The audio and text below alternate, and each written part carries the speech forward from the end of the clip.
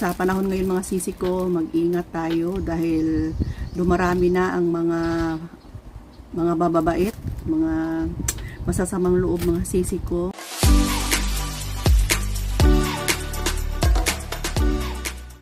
Hello mga sisi ko, good afternoon. Kumusta? Kumusta ang aking mga magagandang sisi? Kumusta ang benta ng inyong sari-sari store? Tago tayo. Dito tayo sa likod mga sisi ko. Ayan, mayroon tayong 10 rim ng Marlboro.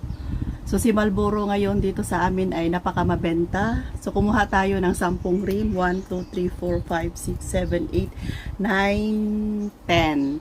Ayan, ito yung pinakamabentang sigarilyo dito sa amin. Meron naman kami dito, may natira pa isa. Meron naman kaming Mighty. Ayan, 2 rim lang yung Mighty. Mas marami si Marlboro. Kasi itong si Marlboro mga sisi ko ay good for 2 weeks ito. So, pupunta sila every 15 days. Tapos balik na naman. Ayan, balik na naman. So, tago tayo dito. So, ito lahat ay nagkakahalaga ng 11,500. Dito yung resibo nakadikit na. Dito na natin tanggalin. So, 11,000 to mga sisi. Yun, di ba? Ang mahal ng, ang mahal ng sigarilyo ngayon. Grabe. Ganito karami, 11,000 mahigit. So, mas mura kasi mga sisi ko pag sa ahente bibili. Siya, nakakatipid. Lalong-lalo na itong crafted. So, ito yung mabenta talaga crafted to. Kasi mas mura siya compare sa original. Tapos, makukuha lang ito sa Marlboro ng nasa 1,000 plus lang. Pero kung bibilhin mo to sa ibang store, nasa 1,400 na mga sisi ko, lalong-lalo na kung makabili ka sa hindi wholesaler.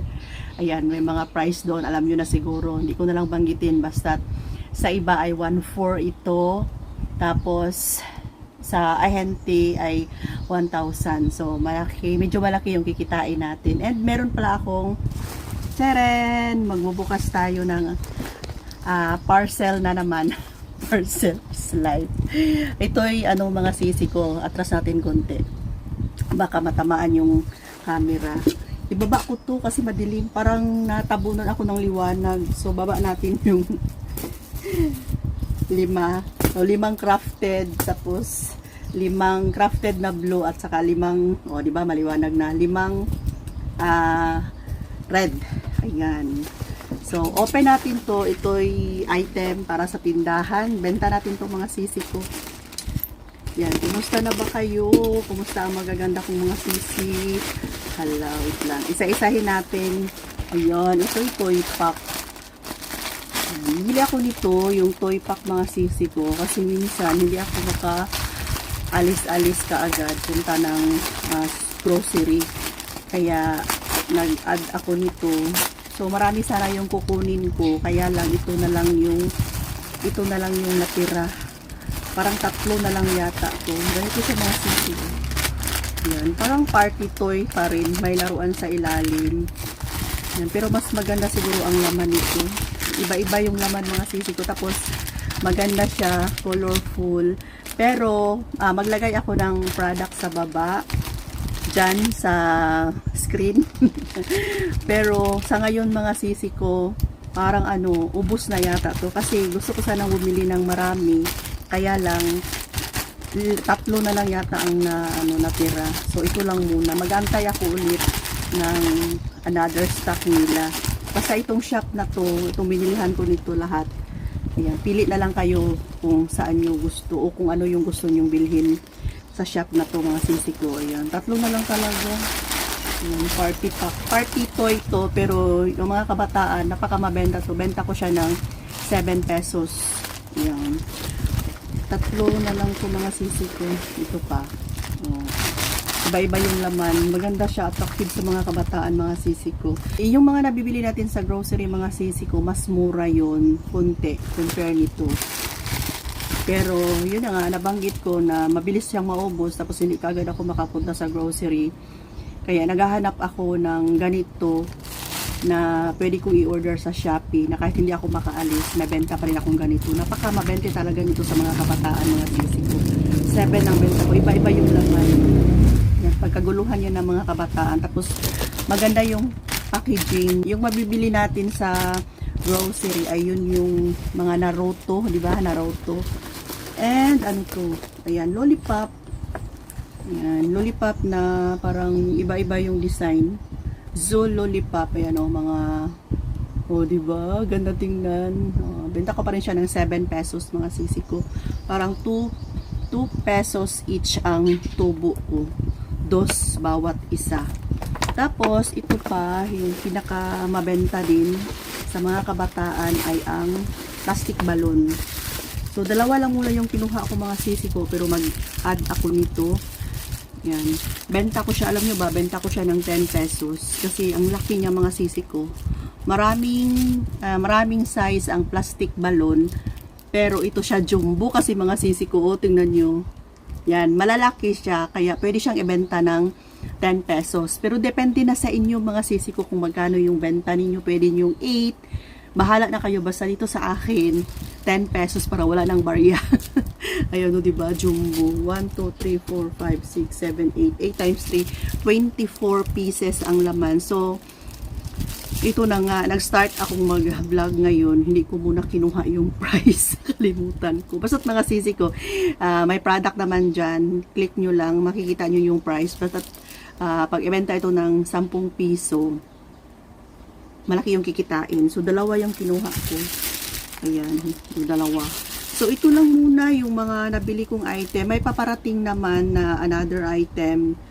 Pero, hindi siya magkasabay, mga sisi ko. Sa ngayon, ito lang muna. Ayan, para maganda naman tingnan yung ating tindahan. Lalo na't ma-display ko to. Ako, mga sisi ko, ang bilis itong maubos. Ito yung item natin ngayon. And, sa panahon ngayon, mga sisi ko, mag-ingat tayo. Dahil, dumarami na ang mga bababait, mga masasamang loob, mga sisi ko.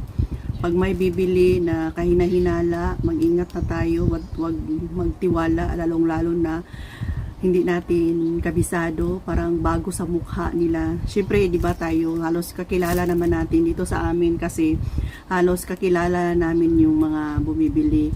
Pag may bibili dito, lalo na nakasakay ng motor, naka-helmet, tapos malaki yung pera, 1,000. 1,000 kasi yan yung modus ng sisi ko. Lalong-lalo na yung bibili na kunti lang yung bilhin, tapos 1,000 ang pera, ay wala akong barya. Hindi ko na i-entertain, mga sisi ko. Di bali nang wala akong benta. Kaysa maloko pa. Nakakatakot na parang lahat na lang ng mga tao na makikita natin na parang hindi natin kilala, parang halos na lang manluloko. Sa panahon ngayon, lalong-lalo na, mga sisi ko, yung kung ikaw man ay nagpapa-GCash, iwasan talaga natin yung QR.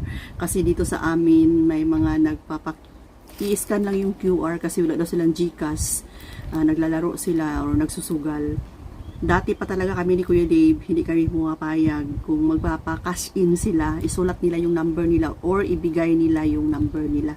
So sa GCash namin ay meron kaming notebook talaga. Para nagpapaload din sila, mga sisi ko, sinusulat nila yung number nila. Pero yung iba, yun na nga, ipa-scan nila sa amin yung cellphone nila. Naku, mga sisi ko, kung hindi nyo pa alam, may nabiktima ng 35,000 pesos kasi sanay na siyang mag-scan ng QR. So, nung na-scan niya yung QR, mga sisi ko, 3 scan yun. Pag alis ng customer, hindi niya pa talaga kilala. Ang lumabas doon, Lazada payment, 12,000. Bali 3 transaction, mga sisi ko. Lazada payment, tapos Lazada payment 5,000, Lazada payment 7,000. Basta, mga sisi ko, nagkakahalaga lahat ng 35,000. So, nabalita na yan. So, share ko lang ito sa inyo. Baka may mga kasari pa ako na hindi nila alam. Yung sanay na yung i-scan yung QR. No way na dito sa amin talaga. Start pa noon, mga sisi ko, hindi na kami nag-i-scan ng QR. So, sa panahon ngayon ay ingat-ingat po talaga, maging mapagmasid. Kasi nga, nagsilabasan na ang mga mababait mga sisi ko. Okay? So, pray palagi na mapalayo tayo sa kapahamakan. So, hanggang dito na lang muna yung vlog natin mga sisi ko. Share ko lang kung ano yung mga update natin ngayong araw. Thanks for watching. Love you all.